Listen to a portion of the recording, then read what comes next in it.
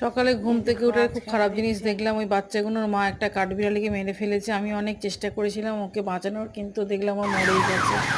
যাই হোক, সকালে কাজে বেরিয়ে গেছি। আমার এই ছেলে বেডটা নিয়ে এসেছে, অনেক বড় খাট ক্যারি করতে হয়, তাই ও রাস্তা অবধি পৌঁছে দেয়, তারপর আমি কাজে বেরিয়ে গেলাম।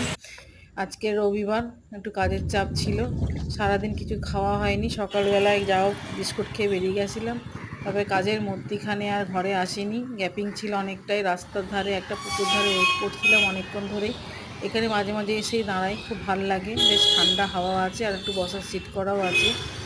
তারপরে এখানে দাঁড়িয়ে এই রাস্তায় অনেক বাচ্চা কাচ্চা আছে, পরীক্ষা ছিল জানি না কিসের, খুব ভিড় ছিল রাস্তায়, তাই দাঁড়িয়ে দাঁড়িয়ে দেখছিলাম মানুষজন যাচ্ছে আসছিল। তারপরে একদম লাস্ট কাজ সেরে যখন বাড়ি ফিরছিলাম, তখন রাস্তার ধারে একটা রোল কিনে একটা পার্কের সামনে বসে খেতে থাকলাম। কেন সত্যি ভীষণ খিদে পেয়েছিল, সকাল থেকে সেই কিচ্ছু খাওয়া নেই। এতটাই খিদে পেয়েছিল যে আমার শরীরটা খুব খারাপ হয়ে গেছিলো। তারপর লাস্টে একটা রোল কিনেই পার্কের মাঠে বসে খেলাম, খেয়ে বাড়ি চলে এলাম।